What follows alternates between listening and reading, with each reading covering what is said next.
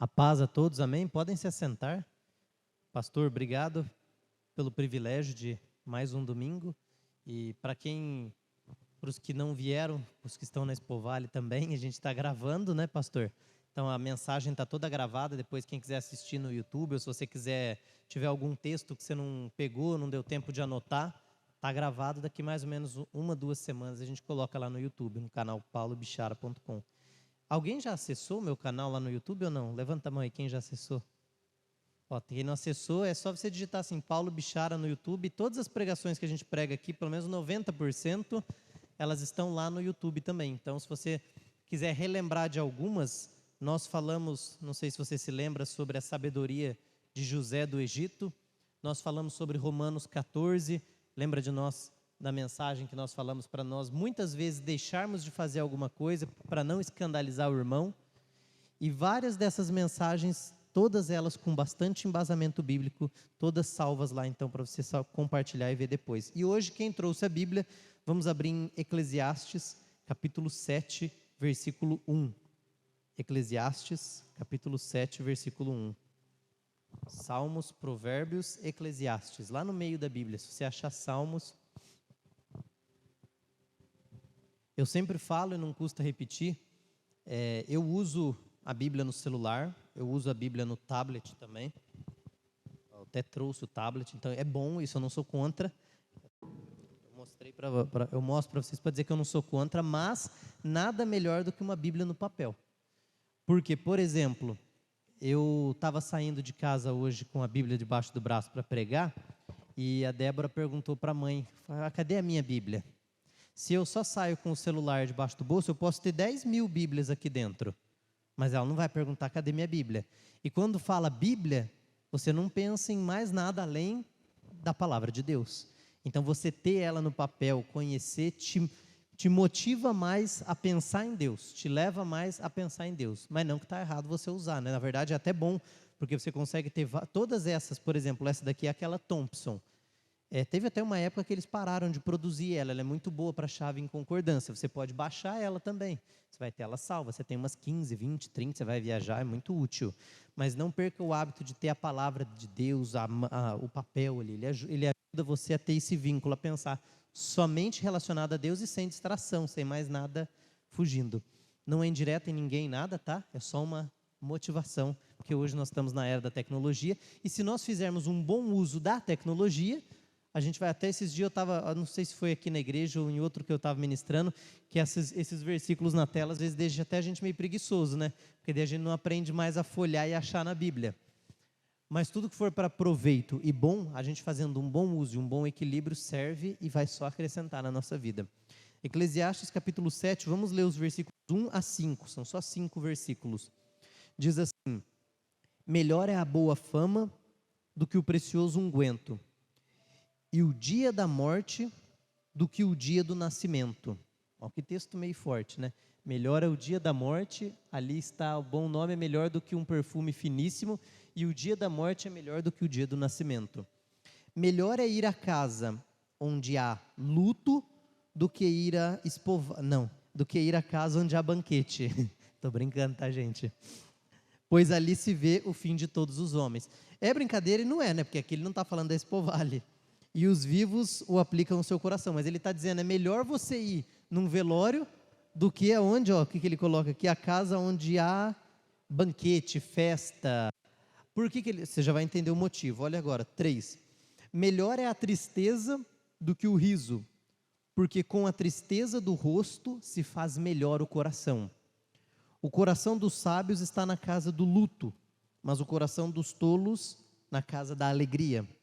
Melhor é ouvir a repreensão do sábio do que ouvir a canção dos tolos. Quando ele coloca, volta no versículo 2 ali na tela, ó, melhor é ir à casa onde há luto do que aonde há banquete, pois ali se vê o fim de todos os homens. Aí olha o finalzinho. Pois a morte é o destino de todos os homens, os vivos devem levar isso a sério. Na minha versão está escrito assim, e os vivos o aplicam ao seu coração. As duas coisas estão dizendo a mesma coisa. Quando você vai num velório, eu duvido que você nunca pensou, quem já foi em velório aqui? Todo mundo, né? Eu imagino que todo mundo. Você já olhou e falou bem assim, nossa, podia ser minha mãe. Aí você chega em casa até tratando tua mãe melhor. Ou você pensa assim, nossa, e quando eu morrer, o que será que eu deixei? Ou, nossa, eu briguei com meu filho, será que não era melhor eu fazer as pazes? Quando você vê a morte, você começa a meditar no fim de tudo. E aí sim a gente começa a levar isso a sério e produzir uma vida melhor. Por isso que no versículo 3 fala, melhor é a tristeza do que o riso, porque com a tristeza do rosto se faz melhor o coração. O objetivo final, olha só, o coração dos sábios está na casa onde há luto. Porque o objetivo final é ter um coração melhor. E quando você passa por uma adversidade, Salmo 119, nos versículos 71, 72, lá diz assim, foi-me bom ter sido afligido, porque eu aprendi os teus preceitos e os teus mandamentos. O apóstolo Paulo fala que quando nós sofremos, quando nós passamos por dificuldades, por turbulências, por adversidades, nós nos tornamos mais preparados. E o Tiago também, no capítulo 1 de Tiago, ele diz, quando vocês forem tentados, não fiquem desesperados. Deus não te tenta, mas quando nós vencemos a tentação, aí sim nós provamos um bom caráter. Está lá no capítulo 1 de Tiago. O que isso nos mostra? Que quando você vai no velório, você pensa em tudo isso e produz um coração melhor, uma vida melhor.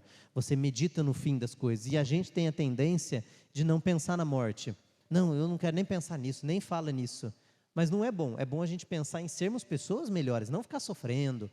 Porque aí você fala, mas então ele quer que eu tenha como foco o sofrimento? Não, mas que você use a dificuldade, a dor, o sofrimento, seja de outro, seja o teu, para um crescimento pessoal e produzir uma vida melhor, uma vida de alegria, uma vida de paz, uma vida que investe nas pessoas.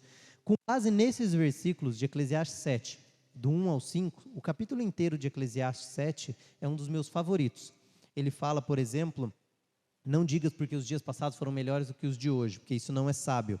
No versículo 8, coloca o 8 para a gente, 7, 8, diz assim, melhor é o fim das coisas do que o princípio delas, e melhor é o paciente do que o orgulhoso. Versículo 21 também, o 21. Não apliques o teu coração a todas as palavras que se disserem, para que não venhas a ouvir o que teu servo te amaldiçoa. Todo esse capítulo 7, ele é cheio desses princípios de sabedoria, de como você lidar, ver e ter uma perspectiva da vida. Esse comecinho, do versículo 1 ao 5, ele trata da morte. E por que eu quis falar isso? Para trazer dois exemplos. Um, que é aquele que está, quem trouxe a Bíblia, 2 Reis 20. Vamos abrir em 2 Reis, capítulo 20. Esse é um exemplo de um rei, na época antes do exílio, que é o rei Ezequias, e como ele lidou com a morte. Como que ele viu, quando ele estava diante da morte, ele ia morrer. Nós acabamos de ver ali em Eclesiastes 7, que é melhor ir no velório do que na Expo Vale. Porque lá na Expo Vale está todo mundo alegre, brincando, feliz, faceiro, dando risada. Mas lá no velório você está pensando, nossa, o que eu vou fazer para melhorar a minha vida? Você vai meditar e levar a sério que a vida tem um fim, que daqui a um pouco tudo acaba. Isso não quer dizer que você não pode se divertir, não pode ter momentos de alegria, até porque o objetivo final nosso é termos uma vida primeiro com Deus, abençoada, e aqui nessa terra com Deus e frutífera, abençoada, próspera, com paz no casamento, com sabedoria, sabendo lidar com as pedras e com as dificuldades, mas não fugindo dos problemas, ou tapando eles, seja em festa, em amizade ou o que for. Olha o que Ezequias, olha o que acontece com ele, capítulo 20, versículos 1 a 3. Naqueles dias Ezequias adoeceu e estava perto da morte. Então nós vimos que é melhor ir aonde tem luto do que alegria, porque daí a gente leva a sério a vida.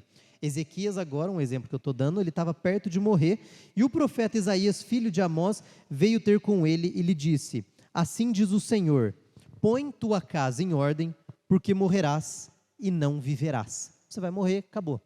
Aí ele entrou em desespero. Então virou Ezequias o rosto para a parede e orou ao Senhor, ah Senhor, lembra-te de que andei diante de ti com fidelidade e integridade do coração, e fiz o que era reto aos teus olhos. E Ezequias chorou muitíssimo. Falou, você vai morrer, e ele entrou em desespero. Não havendo Isaías ainda, até o versículo 3 entra o primeiro desespero dele, e a oração. Perceba que na hora da morte, o que ele pensou? Ele pensou em Deus, em falar com Deus. Deus, lembra de mim, Deus, tenha misericórdia de mim, Deus, eu fui um servo do Senhor, me ajuda, me livra desse momento. Antes de Isaías sair, agora o versículo 4, Ainda saindo no meio do pátio, veio a palavra do Senhor. Agora vem a resposta de Deus, dos versículos 5 e 6. Volta e dize a Ezequias, príncipe do meu povo, assim diz o Senhor Deus de teu pai Davi, ouvi a tua oração e vi as tuas lágrimas, eu te curarei. Ao terceiro dia subirás à casa do Senhor.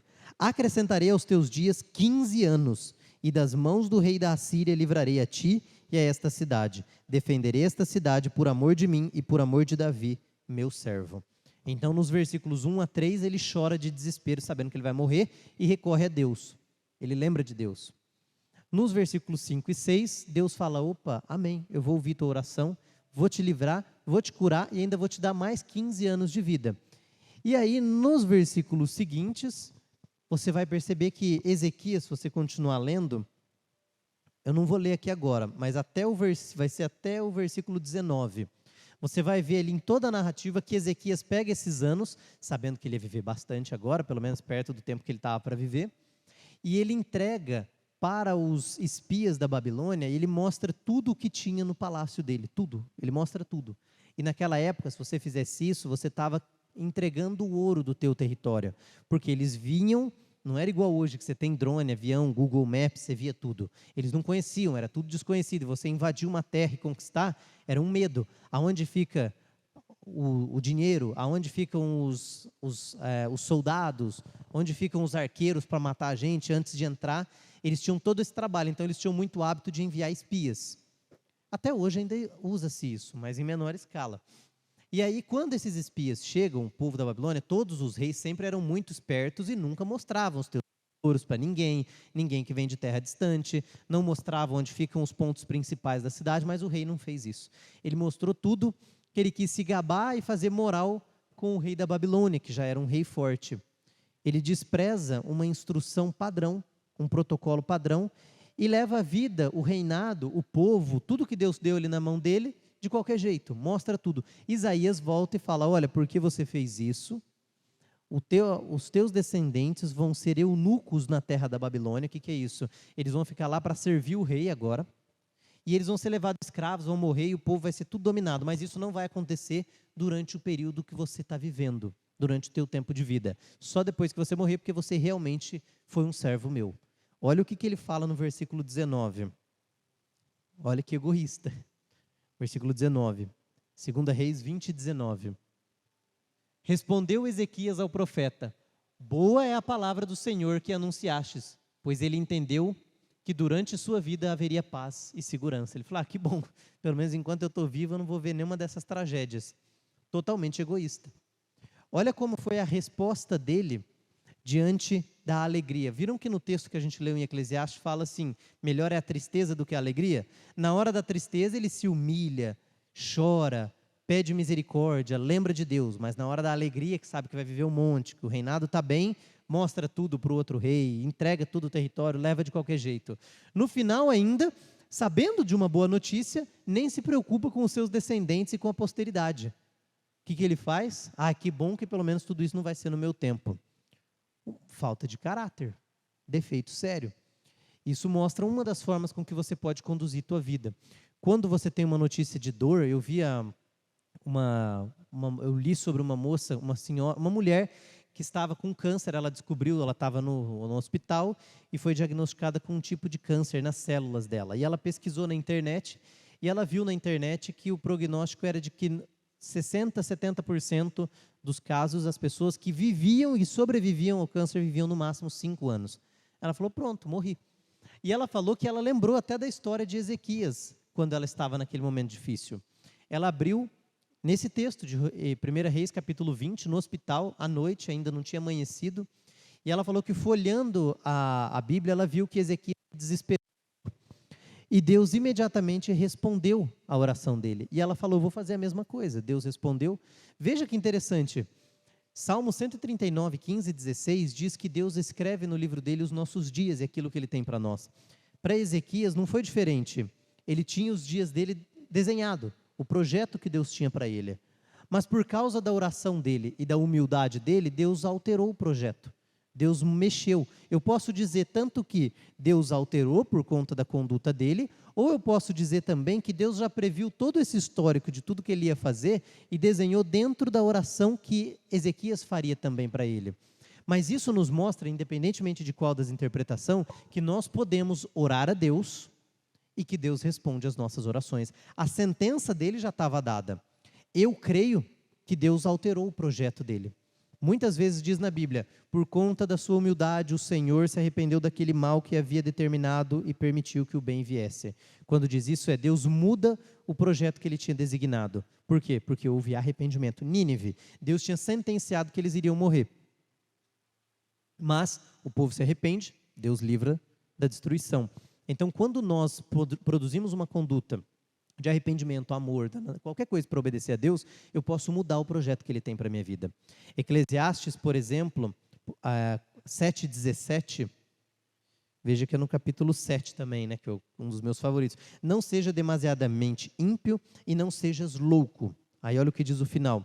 Por que morrerias antes do tempo? Eclesiastes 7:17. Por que morrerias antes do tempo? Ou seja, eu posso morrer antes do tempo. O que é morrer antes do tempo? Eu tomar decisões erradas e não seguir o projeto que Deus tem para a minha vida. Com base nisso, o que eu posso te dizer? A forma que essa mulher respondeu à dor foi, ela pega a história de Ezequias, lê, ora, e aí ela disse que ela tinha pesquisado que a morte viria para ela, que não tinha jeito, e aí o médico entra no quarto e ela fala sobre isso com o médico. Olha, eu li que eu vou morrer, e o médico não. Essas informações que você pegou na internet, elas não estão atualizadas. Hoje nós temos uma forma de trabalhar no DNA, que é o que mexe não sei no que, e que a maior parte dos casos são quase todos salvos desse tipo de câncer. Ela falou que deu um alívio. Foi basicamente como se a oração dela tivesse sido respondida. Seja ou não o tempo dela de 5, 10, 20, 30 anos, ela falou que depois daquilo ela começou a ver a vida de outro jeito. E perceber que não importa se eu sei o nome da doença que vai me matar. Eu sei que eu vou morrer desse mal tal. O meu pai morreu com 41 para 42 anos de infarto. Ele podia ter morrido de outro problema, de outra doença, ou você pode morrer de qualquer, seja do que for que nós vamos morrer. Não importa o nome da doença ou do mal, ou do que nós vamos morrer, um dia vamos morrer. Por isso que Eclesiastes 7 diz que nós temos que pensar nisso.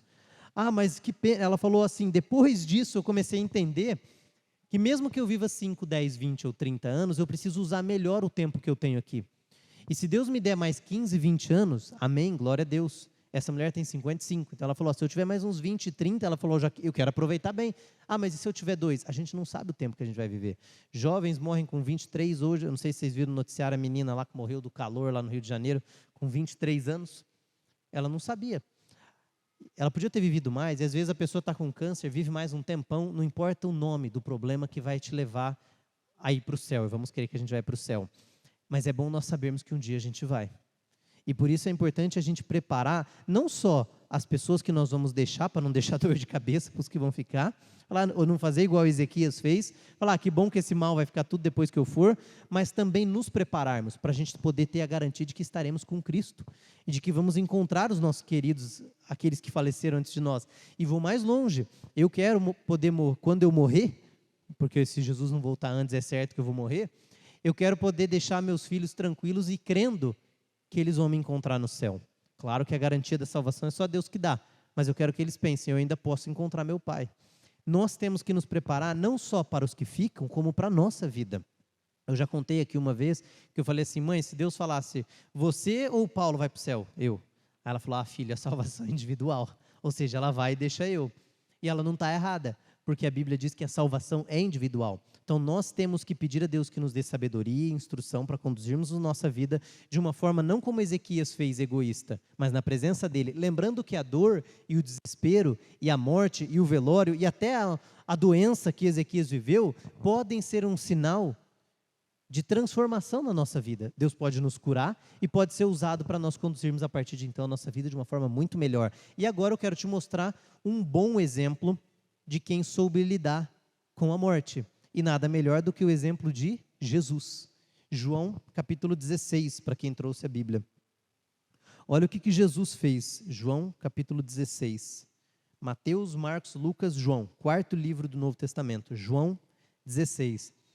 Então, até agora, o que a gente falou de Eclesiastes 7, que fala que é importante pensar na morte, que é melhor você estar lá num velório do que lá numa festa, se divertindo, não que não possa se divertir, mas por quê? Porque ali você medita que o fim vai chegar, e você vê aquilo de forma mais perto, de mais próxima, e aí você começa a pensar em Deus, na sua vida, em como conduzir ela, e, diferentemente de Ezequias, devemos conduzir a nossa vida de uma forma sábia. Por isso que eu trouxe a ilustração de Ezequias, que passa pela dificuldade, Deus dá uma oportunidade, mas ele não sabe fazer uso desses 15 anos de alegria que ele tem. Ele faz um mau uso, não pensa no próximo e não pensa nele. E eu creio que ele colheu isso em galardões nos céus, porque nós, além de termos a salvação, também temos os galardões. Olha o que diz João, capítulo 13, versículo 1. Antes da festa da Páscoa, sabendo Jesus que a sua hora de passar deste mundo para o Pai já tinha chegado, como havia amado os seus que estavam no mundo, amou-os até o fim. Então aqui é o primeiro exemplo em João 13. Se você ver o capítulo 13, João vai até o capítulo 21.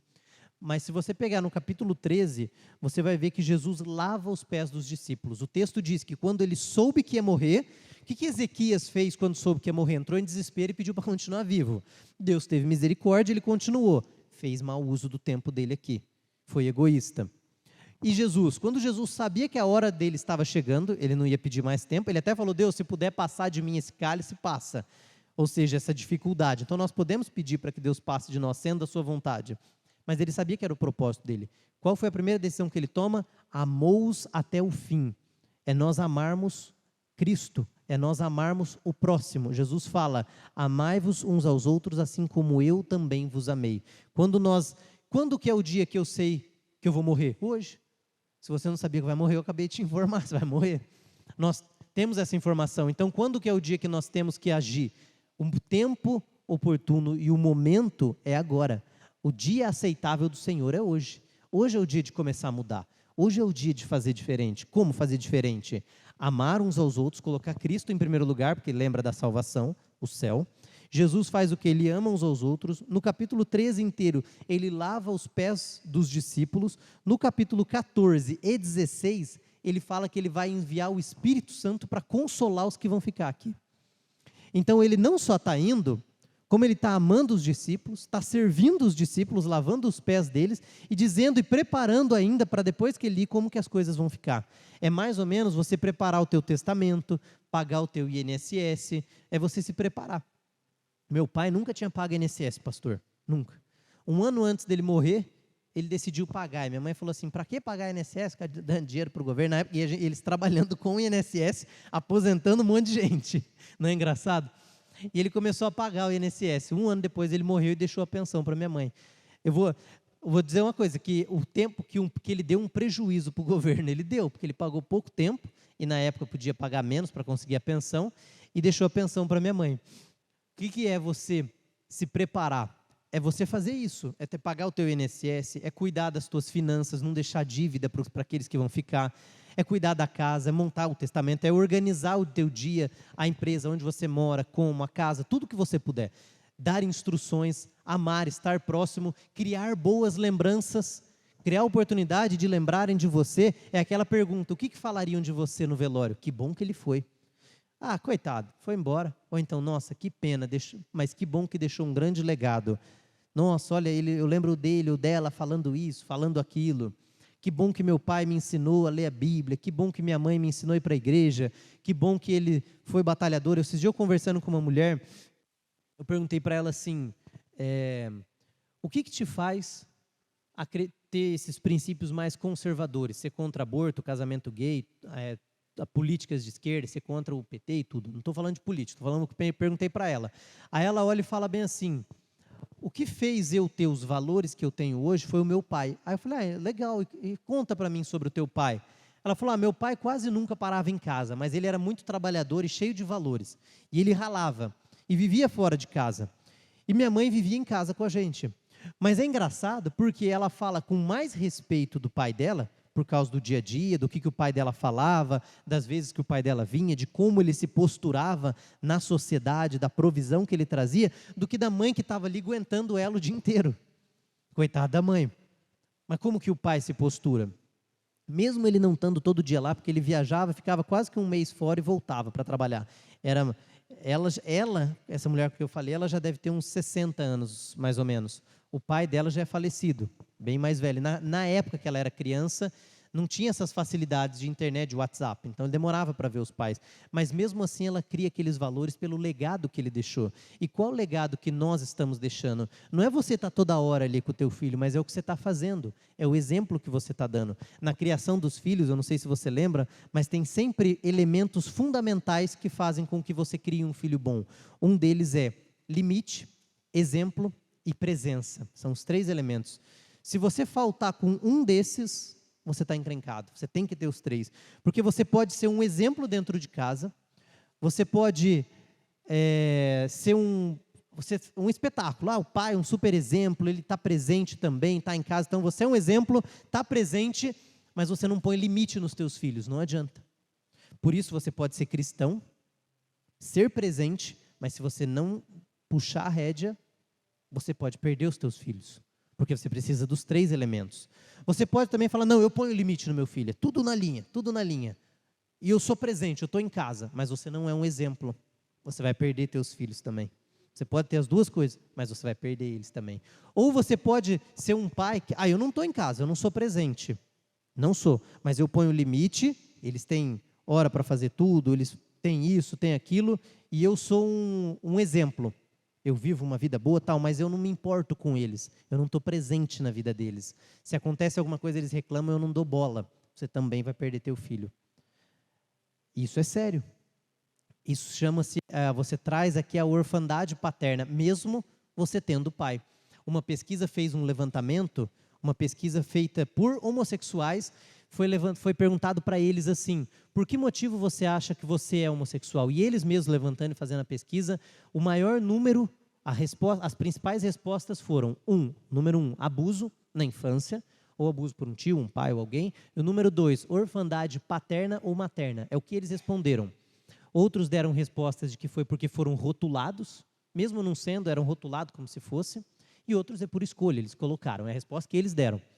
Ou seja, o que isso nos mostra? Que a ausência da figura paterna, ela traz uma ausência muito grave, tanto para a filha mulher, quanto para o filho homem. O pai é importante, mas não só o pai, a mãe, nós, o nosso exemplo, o nosso legado. O que você está deixando aqui? Jesus, quando ele soube que ia, ele amou-os até o fim, ele lava os pés dos discípulos, ele envia o Espírito Santo, que é nos capítulos 14 e 16, ele falou, eu vou, mas eu enviarei o meu Consolador. No capítulo 15 também, ele exorta-os a amarem uns aos outros, então ele passa alguns ensinamentos, e é você também ir passando ensinamentos para a tua família. Ele ora para os discípulos e para nós, no capítulo 17, e por fim, ele cuida dos que são da sua família. João 19, 26 e 27. Então, desde o capítulo 13, ali onde a gente leu, que Jesus soube que a sua hora estava chegando, até o capítulo 19, 21, que é onde ele morre, ele começa a trazer os exemplos para as pessoas que ficam. Por isso a importância de nós conhecermos e sabermos sobre o nosso fim. Alguns podem saber melhor, pega uma doença séria ou passa a ter um problema e eles percebem, eu sei que eu vou morrer. Está mais próximo, pode ser mais fácil. Você pode não saber, mas não fique tão abalado, mesmo se você descobrir uma doença ou um grande problema, porque não importa do que você vai morrer, o que é importante você saber é que você vai morrer, e como você está conduzindo a tua vida desde agora. É viver, é saber que hoje é o primeiro dia do resto da sua vida. Hoje é o primeiro dia do resto da nossa vida. Começa agora o primeiro dia do restante que nós temos para viver. E como nós vamos usá-lo? Com quais pessoas a gente vai andar? Com quais pessoas nós não vamos?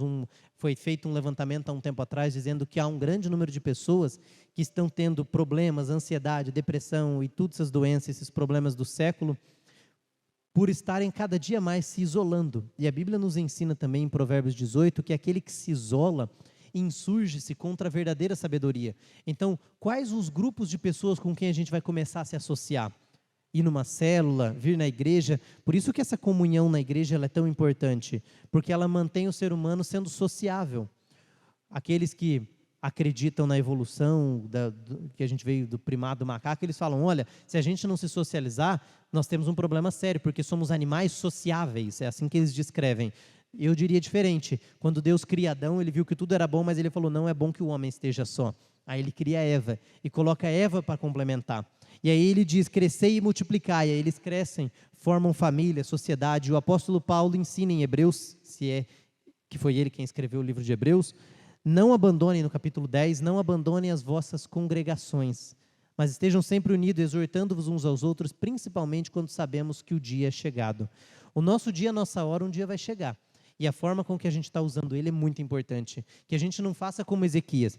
A gente pode orar e pedir para Deus nos curar, e Ele nos cura. Mas que o tempo restante que Ele nos der, Ele deu 15 anos para Ezequias.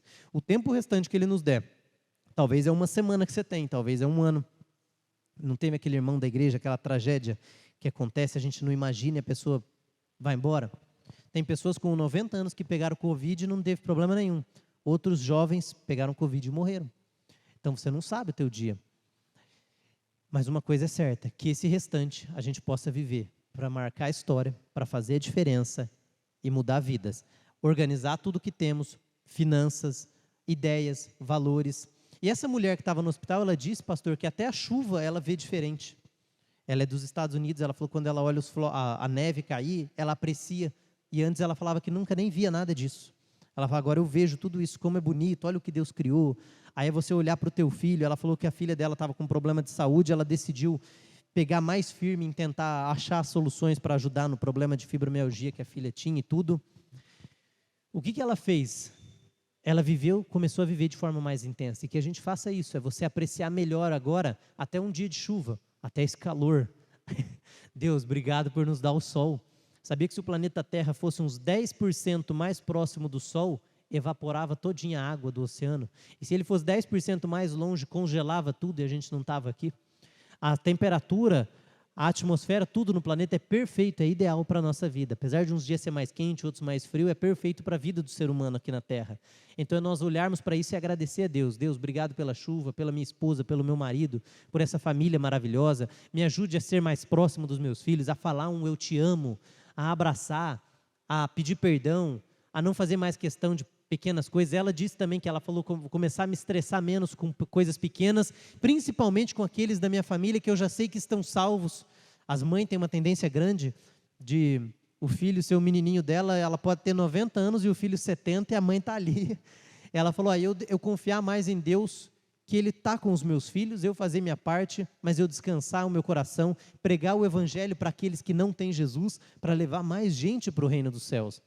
E poder garantir, olhar para os nossos filhos e falar, eu tenho certeza que você vai encontrar o papai, a mamãe, e o filho falar para o pai e para a mãe lá no céu. Por quê? Porque nós vamos viver uma vida na presença de Deus, para podermos usufruir da vida eterna com Ele. Amém? Vamos colocar em pé? Vivermos assim faz com que a nossa vida tenha mais sentido. Por isso, no dia da adversidade, Eclesiastes nos ensina, considera, medita. E no dia da prosperidade, goza do bem. Então as coisas estão indo bem? Amém? Aproveita, tem que estar com dinheiro, estar feliz, estar com saúde.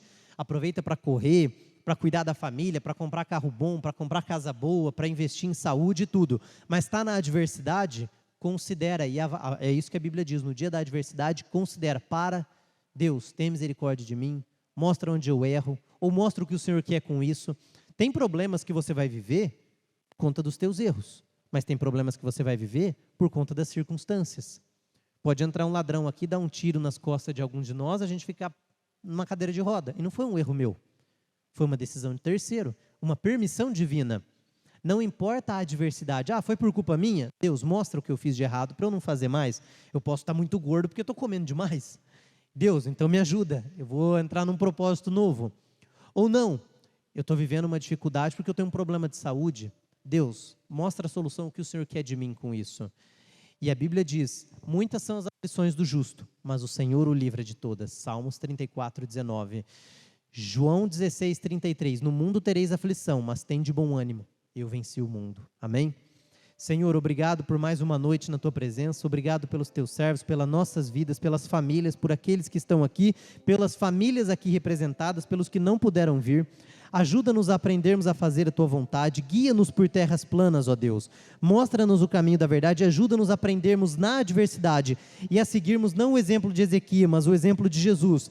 Quando viu que a hora dele chegava, amou-os até o fim, lavou os pés dos discípulos, enviou o Espírito para consolar, exortou-os a amarem uns aos outros. E é esse Jesus, é desse exemplo que nós queremos seguir. Jesus que amou a família, que veio na terra e entregou a sua vida por nós, para que possamos da mesma forma, Deus, a partir de hoje, conduzir as nossas vidas com sabedoria, aproveitando cada segundo, dia e minuto com os nossos filhos e aqueles ao nosso lado, em nome de Jesus. Amém. Eu vou deixar uma última frase, eu li, pastor, faz umas 2 semanas, meu irmão Moisés me mostrou, eu gostei demais, e fala bem assim: tomara que não seja tarde demais para você descobrir que os dias comuns eram, na verdade, os extraordinários. Então, esses dias comuns, sabe aquela fotinha? Esses dias eu peguei uma foto que eu estava com meu pai, ele estava na cadeira assim, lendo, e eu do lado, eu abraçado, eu tinha uns 10 anos de idade, e eu falei, nossa, olha que momento legal, eu não tenho mais meu pai. Sabe quando você olha aquela foto antiga e bate aquela nostalgia, o coração e tal? Naquela hora que estava acontecendo aquilo, quando eu tinha 10 anos de idade, eu nem pensei nisso. E eu vou te dizer, hoje está acontecendo esses momentos na nossa vida, e a gente nem está pensando nisso. Então, cuidado para você não descobrir que os dias extraordinários eram esses dias comuns que você está vivendo hoje e amanhã. Amém?